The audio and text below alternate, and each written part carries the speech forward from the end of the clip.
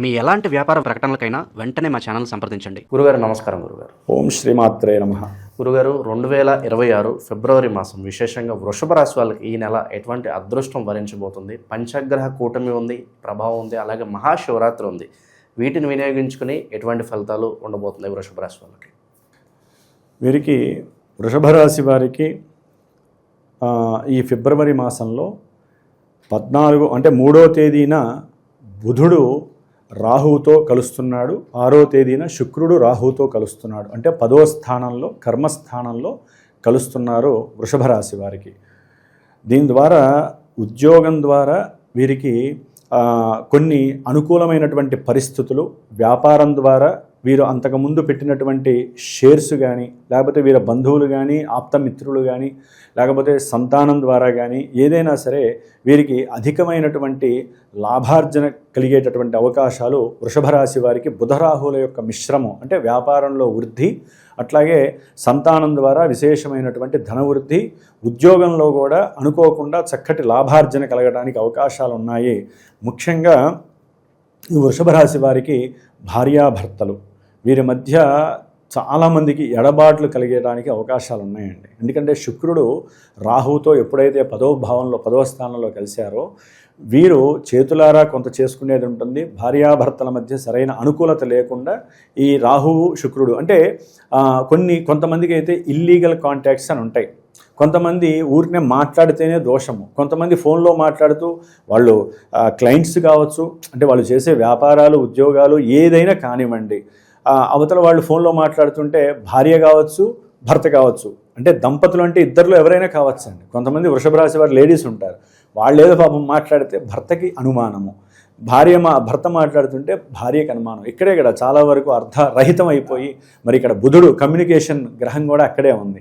కాబట్టి ఈ మాటల్లో అంటే ఉద్యోగము వ్యాపారానికి సంబంధించినటువంటి సిచ్యువేషన్స్లోని ఈ రాహుగ్రహంతో కలిసినటువంటి బుధ శుక్రులకి ఈ దోషం ఏర్పడుతోంది. దాని ద్వారా ఏమవుతుందంటే కోర్టులు, కేసులు, కుటుంబ విచ్ఛిన్న దోషాలు, కొంతమందికి పెళ్లి చేసుకుందాం అని ప్లానింగ్లో ఉంటారు కదా, ఫిబ్రవరి వస్తుందని. కొంతమంది వృషభ రాశి వారికి ఎప్పుడైతే వీళ్ళు కలుస్తారో ఆ కలిసిన వెంటనే కొన్ని సంబంధాలు వెనక్కి వెళ్ళిపోవటం, కొన్ని సంబంధాలు ఫెయిల్ అయిపోవటం, లేకపోతే పెళ్ళైన 4వ రోజే విడిపోవటము, ఇట్లాంటివి మల్టీపర్పస్గా జరగటానికి, పాతకాలంలో చేసిన తప్పులు కూడా వీళ్ళ కుటుంబంలో చిచ్చులు పెట్టడానికి ఈ శుక్ర బుధుడు రాహు యొక్క 3 గ్రహాల యొక్క సమ్మేళనం కఠినంగా ఉంటుంది. ఇక రవి యొక్క ప్రభావము ఫిబ్రవరి 14 వరకు కూడా ఉన్నంతలో వీరికి ప్రయాణాల రీత్యా కొన్ని సమస్యలు ఏర్పడుతూ ఉంటాయి. అధికమైనటువంటి ప్రయాణాలు, కొంతమంది విద్యార్థులు దూర ప్రాంతాలకు వెళ్తే కానీ వారి యొక్క చదువు సాగదు. పల్లెటూరు కావచ్చు, గ్రామాలు కావచ్చు. కొంతమంది చదువుకునేటటువంటి విద్యార్థులు రైళ్లలో వెళ్తూ ఉంటారు. వాళ్ళకి శారీరక అలసట, విద్య మీద ఆసక్తి తగ్గిపోవటము, తండ్రి యొక్క సహాయ సహకారాలు కుటుంబరీత్యా వీరికి దొరక్కపోవటము, ఎందుకు వచ్చి భగవంతుడా ఈ కర్మ అనేటటువంటి సిచ్యువేషన్స్, కొంతమందికి చేస్తున్న ఉద్యోగాలు ఉన్నట్టుండి తొలగిపోవటం, తీసేయటము, అంటే భాగ్యస్థానంలో ఉన్నటువంటి రవికి ఇన్ని దోషాలు ఆపాదింపబడుతూ ఉంటాయి ఫిబ్రవరి 13, 14వ తేదీ వరకు. ఫిబ్రవరి 14 తర్వాత వీరే రాజు వీరే అన్నిటికీ సమవుజ్జి. ఇది వృషభ రాశి వారు ఉన్నతమైన, అంటే కొంతమంది విద్యాలయాల్లో కానీ, ఉన్నత విద్యాలయాల్లో కానీ, లేకపోతే రాజకీయ రంగంలో కానీ, లేకపోతే గవర్నమెంట్ జాబ్స్లో కానీ, ముద్రణాలయాల్లో కానీ, లేకపోతే గవర్నమెంట్కి సంబంధించినటువంటి వెహికల్స్కి సంబంధించిన బిజినెస్లు ఉంటాయి, ఏదో ఒకటి ట్రాన్స్పోర్ట్ డిపార్ట్మెంట్కి సంబంధించినవి, ఆ విషయాల్లో కానీ, రిజర్వ్ బ్యాంకుకి సంబంధించిన విషయాల్లో కానీ ఉన్నటువంటి ఉద్యోగస్తులకి అఖండమైనటువంటి పరపతి, అఖండమైనటువంటి ఉద్యోగంలో ఉన్నతమైనటువంటి సిద్ధి కలగటానికి రవికి, అంటే ఈ రవి కలవటం వలన 4 గ్రహాలు కలవటం వలన ఫిబ్రవరి 14 తర్వాత అత్యంత యోగకరమైనటువంటి కాలంగా చెప్పవచ్చు. అంటే మల్టీ సిస్టమ్ ఆపరేట్ అవుతూ ఉంటుందండి. అయితే ఏంటంటే ఈ గ్రహాలు మళ్ళీ కలవడం ద్వారా కొంతమంది స్కిన్ స్పెషలిస్టులు ఉంటారు, కొంతమంది నర్వస్ స్పెషలిస్టులు ఉంటారు డాక్టర్లలో, కొంతమంది సర్జన్స్ ఉంటారు, ఏది గైనకాలజీకి సంబంధించిన వాళ్ళు స్త్రీలు, వీళ్ళకి సంబంధించిన వాళ్ళు కొంతమంది అపవాదులు పడేటటువంటి అవకాశం ఉంటుంది. కొంతమందికి వృత్తిలో ఉన్నతమైనటువంటి అభివృద్ధి కలగడానికి సరైనటువంటి రాజబాట వేసుకుంటారు. 4 గ్రహాల కలయికతో ఇన్ని రకాలుగా ఉంటాయి.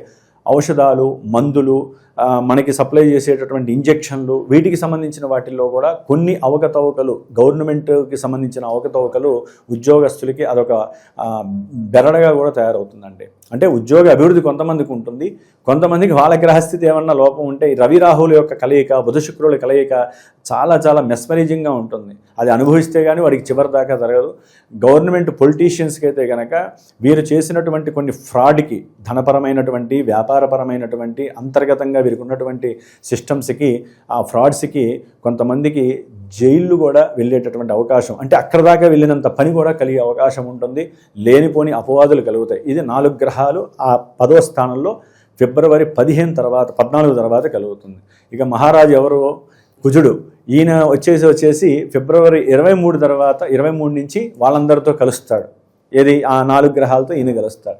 ఇక్కడ అసలైనటువంటి రణరంగం ప్రారంభమవుతుంది. ప్రపంచానికైనా కావచ్చు, వాతావరణానికి కావచ్చు, మన భూమికి కావచ్చు, వాయు ప్రమాదాలు కావచ్చు. అంటే ఈ రాశుల్లో ఉన్నవాళ్ళు ఉద్యోగరీత్యా కావచ్చు, లేకపోతే కొంతమంది వ్యాపార రీత్యా కావచ్చు, కొంతమంది పెట్టుబడులు పెట్టి ఏదైనా సరే ఒక కొత్త నూతన వ్యాపార సంస్థ నెలకొల్పాలి అనుకుంటారు. అసలైన సిస్టమ్ ఇక్కడ ఆపరేట్ అవుతుంది. ధన విషయంలో వీరికి ఒకవేళ వీళ్ళతో ఎవరైనా ఇంటర్నల్గా లేడీస్ ఉన్నారనుకోండి, అంటే బిజినెస్ పార్ట్నర్షిప్లో వాళ్ళ మధ్య ఒక ఒత్తిడి కనపడదు, అంటే ఒడంబడిక అంటారు కదా, అది కనపడదు. దానివల్ల ఏమవుతుందంటే ఉన్న వ్యాపారంలో ఫ్లక్చుయేషన్స్ ప్రారంభమై పూర్తిగా నాశనానికి దారితీసే పరిస్థితి అవుతుంది. వాళ్ళ కర్మ మొత్తం త్యాగం అవుతుంది. ఒక రవి ఉంటే బాగుంటుంది, ఒక బుధుడు ఉంటే బాగుంటుంది. ఇన్ని గ్రహాల మిక్సింగు కుజుడు ఎప్పుడైతే ఎంటర్ అయ్యాడో, మీరు అన్నారు చూశారు ఇందాక, పంచగ్రహ కూటమి అక్కడ ప్రారంభమవుతుంది.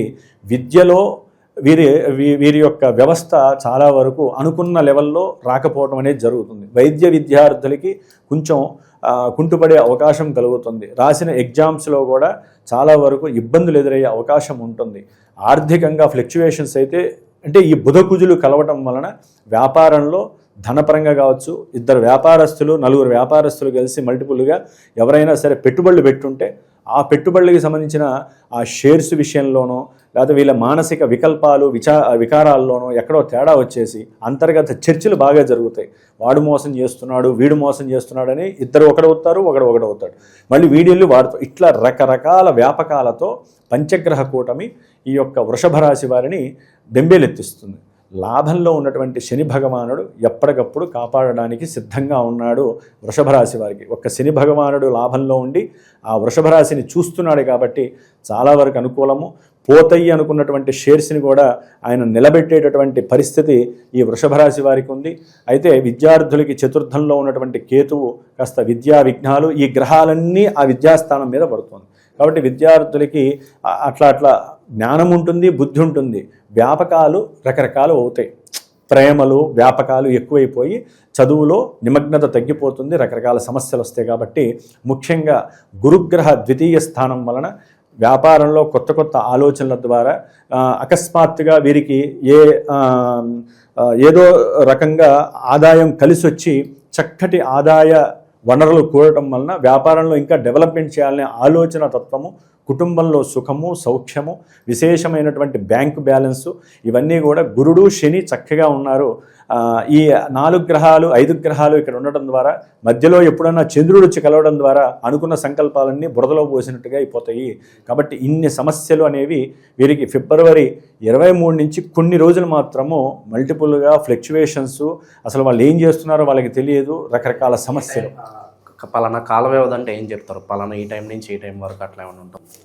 అంటే ఒక్కొక్క గ్రహం ముందుకి వెనక్కి జరుగుతూ ఉంటాయి కదండి. ముందు బుధ శుక్రులు వచ్చేస్తారు, కుజుడు వచ్చాక కదా మీరన్న పంచగ్రహ కూటమి ఆపరేట్ అయ్యేది.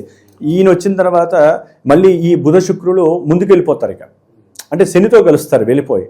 అంటే దాదాపుగా ఒక వారం అనుకోండి, ఒక 10 రోజులు అనుకోండి, ఆ ఎఫెక్షన్ తీవ్రమైనటువంటి ఎఫెక్షన్ ఉంటుంది. కాబట్టి వీరేం చేయాలంటే, వచ్చేది మహాశివరాత్రి కాబట్టి మహాశివరాత్రి రోజున పరమేశ్వరుడికి బిల్వదళాలతో చక్కగా సహస్రనామార్చన కుదిరితే చేయించండి. లేదా మీరే పుట్టమను తెచ్చుకొని చక్కగా ఎవరైనా అనుకుంటే కనుక శివలింగాకారం తయారు చేసుకొని ఇంట్లో బియ్యం పైన పెట్టుకొని శివ సహస్రనామాన్ని వీళ్ళు చేసుకోండి. ఓకే, బిల్వదళాలు దొరకట్లేదు, రేట్లు ఎక్కువ ఉన్నాయి, విభూతి తెచ్చుకోండి 100 గ్రాములు.